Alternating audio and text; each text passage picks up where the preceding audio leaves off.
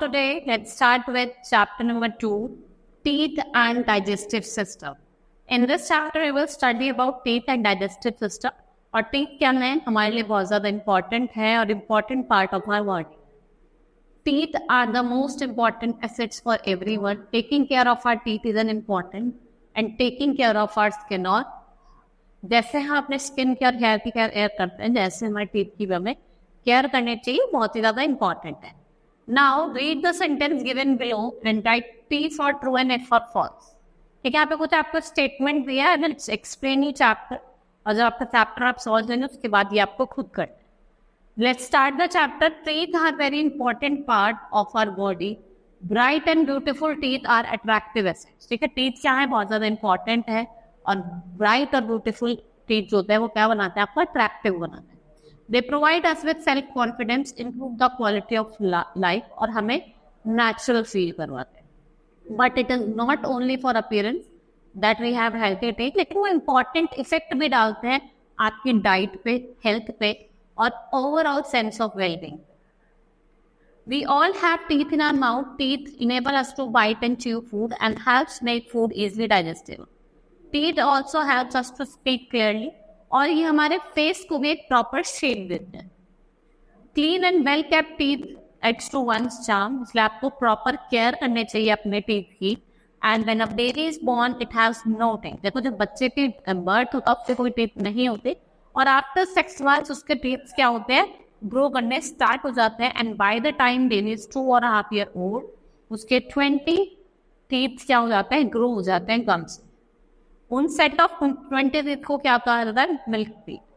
फिर वो एक एज पे आके वो टूटने लग जाता है. उसके बाद आपके कैसे टीथ आते हैं, परमानेंट टीथ आते हैं.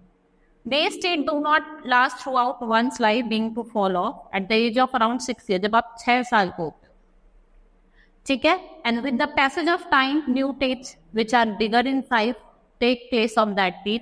और उस न्यू सेट में कितने होते हैं, 32, 16 अपर जॉ में और 16 लोअर जॉ में. उन टीथ्स को क्या कहा जाता है, permanent teeth. Now parts of tooth. Though the teeths are different in shape and size. अगर हम बात करें we can see our teeth with the help of mirror, but what we see is not our whole tooth. वो आपको खाली तो आप mirror में देख रहे हो वो कुछ ही पार्ट दिख रहा है, पूरा टूथ आपको दिखाई नहीं देता. A tooth has 3 part, crown, neck and root. देखो 3 पार्ट होते हैं, क्राउन, नेक और रूट. क्राउन और नेक की बात करें ये अबव द गम्स होते हैं, आपके गम्स होते हैं जो ऊपर होते हैं, ठीक है. And the root of the tooth is found inside the gum. जो हार्ड व्हाइट आउटर लेयर होती है उसको इनेमल कहा जाता है. And this is the hardest substance आपके ह्यूमन बॉडी में. और ये कहाँ लाई करता है, it's lie the hard dentine. Dentine जो है वो बोन लाइक सब्सटेंस का बना है और इनसाइड द डेंटाइन, डेंटाइन के अंदर क्या है, पल्प. और पल्प क्या फॉर्म करता है, central chamber of the tooth. It is soft and full of nerves and blood vessel. There are holes in the root of the tooth. आपने holes देखा होगा और उससे जो नर्व्स होती है वो क्या होती है, कनेक्टेड होते हैं. जो आपके विजडम टीथ होते हैं वो आपके 17 to 24 एज के बीच में दिखाई देते हैं. अब हम बात करेंगे काइंड्स ऑफ टीथ. ठीक है, टीथ को हमने on the basis of performance incisor, scissors, canines, premolars, molars में क्या करा है, डिवाइड करा. सबसे पहले बात करते हैं इंसिजर्स की. इनको कटिंग टीथ कहा जाता है because they are used for cutting and biting teeth. ठीक है, ये सीजर शेप के लगते हैं.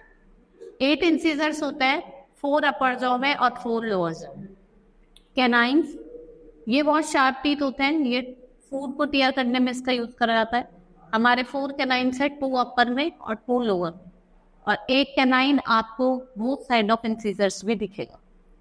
ठीक है, animals that eat flesh have bigger and very sharp canine और so that they can tear flesh easily. Animals के क्यों होते हैं, जिससे फ्लैश को इजीली क्या कर सके, कट कर सके. Premolars we have 8 premolars, 4 in each jaw.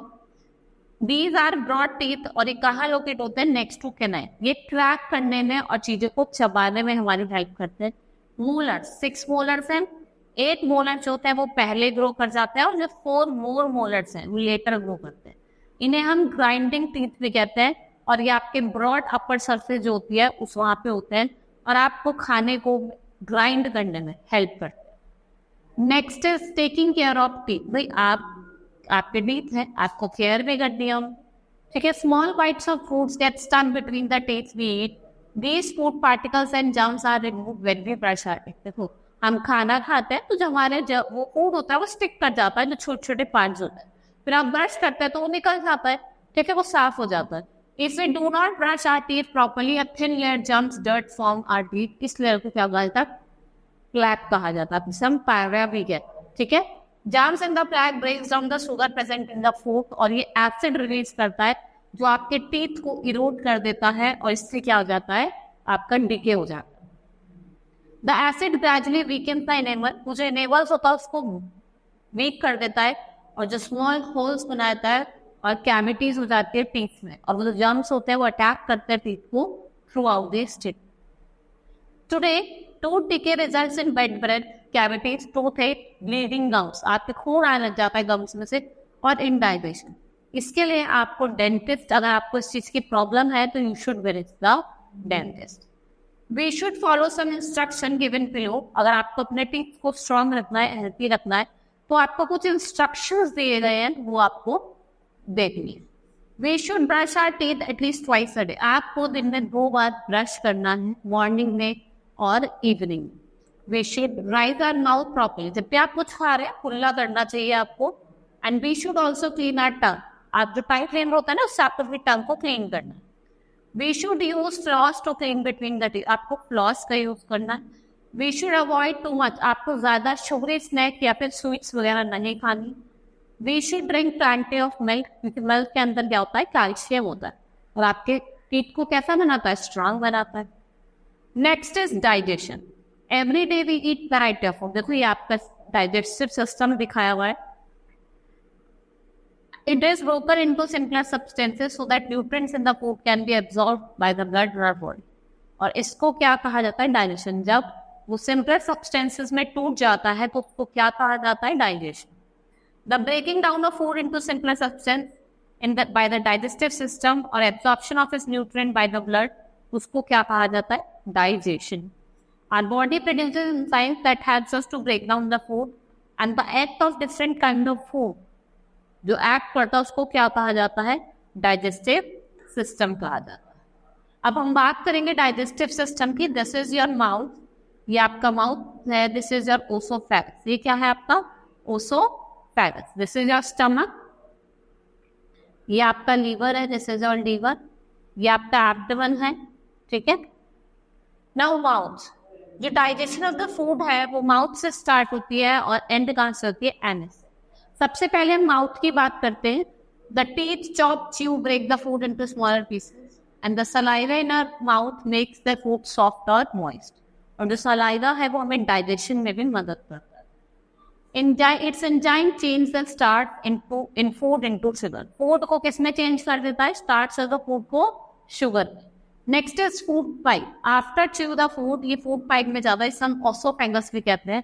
And then into stomach. Stomach, the acid and the enzyme in the stomach break the food into nutrients, वो खाने को न्यूट्रिएंट्स में तोड़ता है। And walls of the stomach grind into thick soup like paste, वो soup like paste बन जाता है। फिर वो स्मॉल इंटेस्टाइन में एंटर करता है, and the nutrients are absorbed through the walls of small intestine, और जो ब्लड है वो फ्लो करता है through its walls. Liver, the liver and digestive juice that breaks down the fat into simpler form, और more enzymes are added here, और digestion क्या होती है आपकी? कंप्लीट हो जाती है। उसके बाद लार्ज इंटेस्टाइन में जाता है food that is not digested, जो स्मॉल इंटेस्टाइन में डाइजेस्ट नहीं होता वो कहाँ चला जाता है? लार्ज इंटेस्टाइन में। It absorb water from the food, और ये क्या फॉर्म करता है? Faces. Next is anus. The faces passes out of the body, किसके थ्रू? एनस के थ्रू। माइक्रोब्स पढ़ते हैं। माइक्रोब्स क्या होते हैं? टिनी लिविंग ऑर्गेनिज्म होता है, आप जिसको किसकी हेल्प से देखते हैं? Microscope. Disease causing microbes are called germs, और माइक्रोब्स आपको हर जगह मिलते हैं।